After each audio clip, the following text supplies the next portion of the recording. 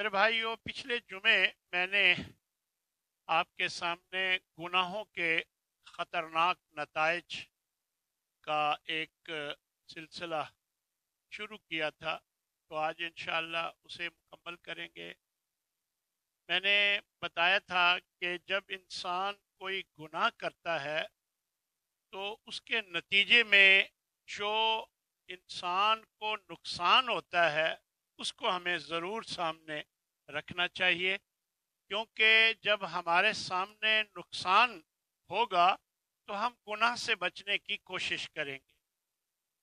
تو میں نے یہ عرض کیا تھا کہ سب سے پہلے نمبر پر جب انسان گناہ کرتا ہے تو اس کا دل زنگ آلود ہو جاتا ہے۔ دوسرے نمبر پر میں نے بتایا تھا کہ انسان اللہ کے ہاں اپنی قدر گنوا بیٹھتا ہے۔ اس کے بعد میں نے آپ کو تیسرے نمبر پر بتایا تھا کہ گناہوں کی وجہ سے انسان شیطان کا قیدی بن جاتا ہے، یعنی شیطان اس پر مسلط کر دیا جاتا ہے گناہ کرنے کی وجہ سے۔ اور چوتھے نمبر پر میں نے بتایا تھا کہ انسان کو اپنے آپ سے غافل کر دیتا ہے۔ جب انسان گناہ پہ گناہ کرتا ہے تو وہ اپنے آپ سے غافل ہو جاتا ہے۔ پانچویں نمبر پر میں نے بتایا تھا کہ انسان ہمیشہ پریشان رہتا ہے، حقیقی سکون سے محروم ہو جاتا ہے۔ چھٹے نمبر پر نعمتیں چھن جاتی ہیں، یعنی اللہ کی طرف سے جو ملی ہوئی نعمتیں ہیں وہ گناہوں کی وجہ سے چھن جاتی ہیں۔ اور ساتویں نمبر پر میں نے آپ کو بتایا تھا کہ برکت کا خاتمہ ہو جاتا ہے۔ اور آٹھویں نمبر پر شرم و حیا کا خاتمہ ہو جاتا ہے گناہوں کی وجہ سے۔ اور نویں نمبر پر رزق سے محرومی ہو جاتی ہے، اللہ اسے رزق سے محروم کرتا ہے جو گناہ پہ گناہ کیے جاتا ہے۔ اور آج میں نے آپ کو 10ویں نمبر پر یہ بتانا ہے کہ اللہ کے دیے ہوئے علم سے وہ محروم ہو جاتا ہے گناہ کی وجہ سے، یعنی علم سے محرومی ہو جاتی ہے۔ امام شافعی رحمت اللہ علیہ اپنے استاد امام مالک کے سامنے ایک مرتبہ دوزانو ہو کر بیٹھے تو امام مالک ان کی فصاحت و بلاغت، ان کی ذہانت، ان کی متانت اور ان کی جو قابلیت اور صلاحیت تھی وہ جانتے تھے۔ فرمانے لگے کہ اللہ نے آپ کے دل کو منور کر دیا ہے، آپ کے دل میں اللہ نے نور پیدا کیا ہے، کہیں ایسا نہ ہو کہ گناہ اور نافرمانی کر کے آپ اس نور کو بجھا لیں، یعنی گناہ کرنے کی وجہ سے یہ علم کا نور بجھ جاتا ہے۔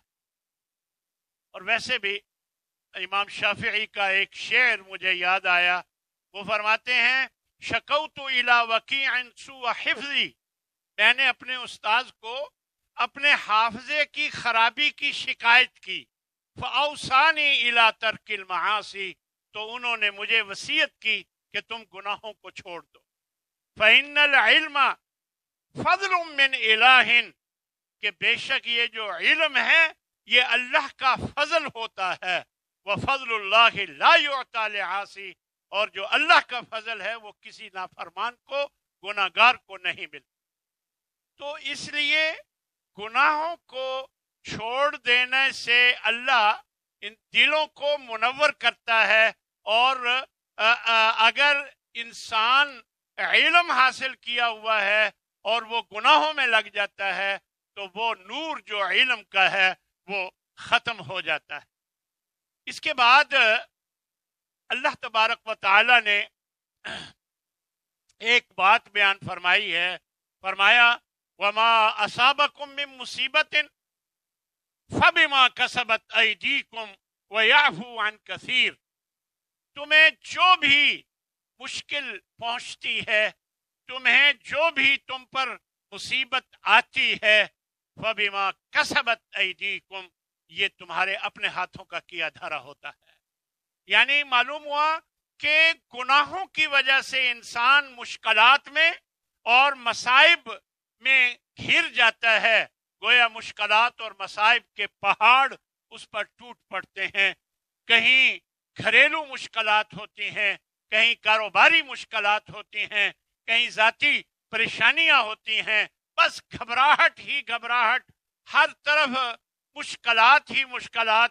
یہ اللہ نے یہ اس بات کے بارے میں اشارہ کیا ہے، اس بارے میں کہ وما اصابکم من مصیبت، یاد رکھو تمہیں جو بھی مصیبت پہنچتی ہے فبما کسبت ایدیکم، یہ تمہارا اپنے ہاتھوں کا کیا ہوا کیا دھرا ہے۔ وَيَعْفُو عَنْ كَثِيرٍ، اللہ تو اتنا مہربان ہے، بہت سے گناہوں کو ویسے ہی معاف کر دیتا ہے، یعنی ہر گناہ کی سزا نہیں دیتا، بہت سے گناہوں کو معاف فرما دیتا ہے۔ اگر ہر گناہ کی ہمیں سزا ملنے لگ جائے تو ہمارا کچھ بھی باقی نہ رہے۔ یہ اللہ کی مہربانی ہے۔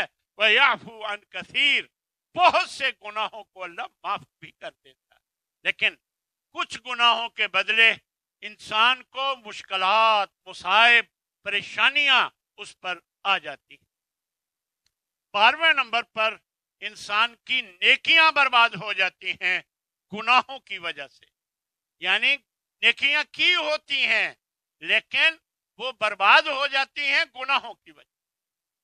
نبی کریم صلی اللہ علیہ وسلم کی ایک حدیث ہے، آپ فرماتے ہیں لَأَعْلَمَنَّ أَقْوَامًا مِّنْ أُمَّتِي، میں اپنی امت کے چند ان لوگوں کو جانتا ہوں، یأتون یوم القیامہ، جو قیامت کے دن اللہ کے سامنے پیش ہوں گے، بحسنات امثال جبال تہامہ، تہامہ پہاڑ کی چوٹی اور تہامہ پہاڑ کے جو روشن جو پہاڑ ہیں، روشن پہاڑ چمکتے ہوئے، فرمایا اس کی طرح ان کے پاس نیکیاں ہوں گی۔ فَيَجْعَلُهَا اللَّهُ عَزَّ وَجَلَّ هَبَاءً مَنْثُورًا، ان سب نیکیوں کو اللہ گرد کی طرح اڑا دے گا اور یعنی ضائع کر دے گا۔ قال ثوبان یا رسول اللہ، حضرت ثوبان فرماتے ہیں کہ اے اللہ کے رسول، صفہم لنا وجلہم لنا، ذرا ان کا وصف بیان کر دیں، وہ کیسے لوگ ہوں گے، ذرا واضح فرما دیں۔ ان لا نکون منہم ونحن لا نعلم، ہمیں پتہ ہی نہ چلے کہ ہم انہی میں سے ہوں، لہذا ذرا تھوڑی سی اس کی وضاحت فرما دیں۔ قالا، تو آپ نے فرمایا اما انہم اخوانکم من جلدتکم، تمہاری ہی قوم کے لوگ ہوں گے، کوئی الگ سے وہ کوئی قوم نہیں ہوگی، تمہارے ہی جیسے ہوں گے۔ وَيَأْخُذُونَ مِنَ اللَّيْلِ كَمَا تَأْخُذُونَ، جس طرح تم راتیں گزارتے ہو وہ بھی ایسے ہی گزارتے ہوں گے، لیکن وَلَكِنَّهُمْ أَقْوَامٌ، لیکن وہ ایسے لوگ ہوں گے اذا خلوا بمحارم اللہ، جب اکیلے میں اللہ کے حرام کردہ کاموں کا موقع ملے گا، انتہقوها، وہ کر گزریں گے، اللہ سے نہیں ڈریں گے، یعنی اللہ کی نافرمانی کے کام وہ کریں گے۔ جب وہ کریں گے تو اللہ ان کے اعمال کو جو کیے ہوئے ہوں گے، نمازیں، روزے، حج، سب برباد کر کے رکھ دے گا۔ اللہ تبارک و تعالی ہمیں نیکی کرنے کے بعد اس کو محفوظ رکھنے کی توفیق عطا فرمائے کہ ہم پھر گناہوں میں نہ لگ جائیں، کیونکہ گناہوں کے نتیجے میں نیکیاں برباد ہو جاتی ہیں۔ یہ کچھ نتائج تھے جو انفرادی طور پر نتائج تھے گناہوں کے نتیجے میں۔ بعض نتائج اجتماعی طور پر بھی رونما ہوتے ہیں، ان میں سب سے پہلے نمبر پر بر و بحر میں فساد اور ہلاکت و بربادی کا اظہار ہوتا ہے۔ اللہ تبارک و تعالی نے ارشاد فرمایا ظہر الفساد فی البر والبحر بما کسبت ایدی الناس، یہ جو خشکی اور سمندر، دنیا میں یا خشکی ہے یا سمندر ہے، اس کا معنی ہر جگہ، ہر مقام پر، ہر جگہ فساد ہی فساد جو نظر آ رہا ہے، یہ کیوں ہے؟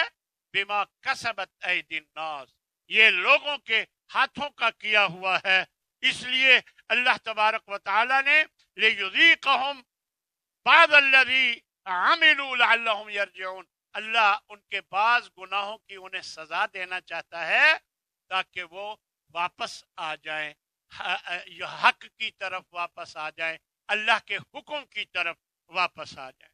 تو معلوم ہوا کہ یہ جو فساد نظر آتے ہیں اور خرابیاں اور بربادی اور ہلاکت نظر آتی ہے، تو یہ بھی اللہ اکبر لوگوں کے گناہوں کی وجہ سے نظر آتی ہیں۔ یہ اجتماعی جو نتائج ہیں ان میں سے ایک۔ اسی طرح اللہ تبارک و تعالی نے ایک موقع پر مختلف قوموں کی ہلاکتوں کا ذکر فرمایا، فلاں قوم کو بھی ہم نے ہلاک کر دیا، فلاں قوم بھی ہم نے ہلاک کر دیا، اور آخر میں فرمایا فَكُلًّا أَخَذْنَا بِذَنبِهِ، ہم نے ہر ایک کو اس کی گناہ کی وجہ سے پکڑا، یعنی گناہ کرتے تھے تو ہم نے پکڑا۔ فَمِنْهُمْ مَنْ أَرْسَلْنَا عَلَيْهِمْ حَاصِبًا، ان میں سے کچھ ایسے تھے جن پر ہم نے پتھروں کی بارش کر دی۔ وَمِنْهُمْ مَنْ أَخَذَتْهُ الصَّيْحَةُ، اور ان میں سے کچھ ایسے تھے جن کو چیخ نے پکڑ لیا۔ وَمِنْهُمْ مَنْ خَسَفْنَا بِهِ الْأَرْض، اور کچھ کو ہم نے زمین میں دھسا دیا۔ وَمِنْهُمْ مَنْ أَغْرَقْنَا، اور ان میں سے کچھ ایسے تھے جن کو ہم نے غرق کر کے رکھ دیا۔ وَمَا كَانَ اللَّهُ لِيَظْلِمَهُمْ، اللہ نے ان پر کوئی ظلم نہیں کیا، وَلَكِنْ كَانُوا أَنفُسَهُمْ يَظْلِمُونَ، وہ اپنے آپ پر خود ظلم کرتے تھے، گناہوں کا ارتکاب کرتے تھے، جس وجہ سے اللہ نے ان کو یہ سزا دی۔ دوسرے نمبر پر زلزلے آتے ہیں جب انسان گناہ کرتا ہے۔ آپ بھی سنتے ہوں گے فلاں علاقے میں زلزلہ آیا، فلاں بلڈنگ میں یہ ہو رہا تھا، وہ ہو رہا تھا، تو وہ پوری بلڈنگ زلزلے کے نتیجے میں زمین میں دھنس گئی اور سب علاقہ برباد ہو گیا۔ فرمایا اللہ تبارک و تعالی نے کہ افامن الذین مکروا السیئات، یہ لوگ جو گناہوں کا ارتکاب کرتے ہیں کیا یہ اتنے نہ ڈر ہو گئے ہیں؟ فرمایا ان یخسف اللہ بہم الارض، کہ اس سے بھی نہیں ڈرتے کہ اللہ ان کو زمین میں نہ دھسا دے، او یاتیہم العذاب، یا ان کے پاس کوئی عذاب آ جائے، وہ اس سے بھی نہیں ڈرتے، من حیث لا یشعرون، کہ انہیں پتہ بھی نہ چلے اور ان پر عذاب آ جائے۔ کیا مطلب؟ یہ گناہ کرنے والے لوگوں کو اللہ سے ڈرنا چاہیے کہ کہیں وہ انہیں زمین میں نہ دھسا دے اور کہیں ان پر کوئی عذاب نہ مسلط کر دے ان گناہوں کے نتیجے میں۔ ایک روایت میں نبی صلی اللہ علیہ وسلم ارشاد فرماتے ہیں سَيَكُونُ فِي آخِرِ الزَّمَانِ خَسْفٌ وَقَذْفٌ وَمَسْخٌ، آخری زمانے میں، آخری دور میں زمین میں دھسانے کا عمل بھی ہوگا، پتھروں کی بارشیں بھی لوگوں پر ہوں گی، اور چہروں کو مسخ کر دیا جائے گا، بندروں اور خنزیر کی شکل میں یا اور کسی شکل میں چہروں کو مسخ کر دیا جائے گا۔ قیل ومتی ذلک یا رسول اللہ، صحابہ نے پوچھا یا رسول اللہ ایسا کب ہوگا؟ فرمایا اذا ظہرت المعازف، جب آلات موسیقی عام ہو جائیں گے، والقینات، اور گانے والی عورتیں عام ہوں گی، اس وقت یہ کچھ ہوگا۔ واستحلت الخمر، شراب کو حلال کر دیا جائے گا، یعنی ہر کوئی شراب پینے والا ہوگا، تو پھر یہی کچھ ہوگا۔ تو میرے بھائیو، اللہ سے ہمیشہ یہ دعا کرتے رہنا چاہیے کہ اللہ ہمیں ان آزمائشوں سے بچا کے رکھے، اللہ ہمیں گناہوں سے بچائے تاکہ ہم ان آزمائشوں سے بچے رہیں۔ اسی طرح تیسرے نمبر پر بد امنی ہوگی۔ جب انسان گناہ کرتا ہے تو اس کے نتیجے میں بد امنی ہوتی ہے، نہ جانیں محفوظ ہوتی ہیں، نہ مال نہ دولت محفوظ ہوتی ہے، نہ عزت و آبرو محفوظ رہتی ہے، تو بد امنی ہی بد امنی ہوتی ہے۔ اللہ نے قرآن مجید میں ایک بستی کا ذکر فرمایا کہ اس کا بڑے امن سے رہ رہے تھے، اس کا رزق اسے کشادگی کے ساتھ مل رہا تھا ہر طرف سے، پھر کیا ہوا؟ فَكَفَرَتْ بِأَنْعُمِ اللَّهِ، انہوں نے گناہوں میں لگ کر اللہ کی نعمتوں کا انکار کر دیا، کفر کیا، یعنی اللہ کی نعمتوں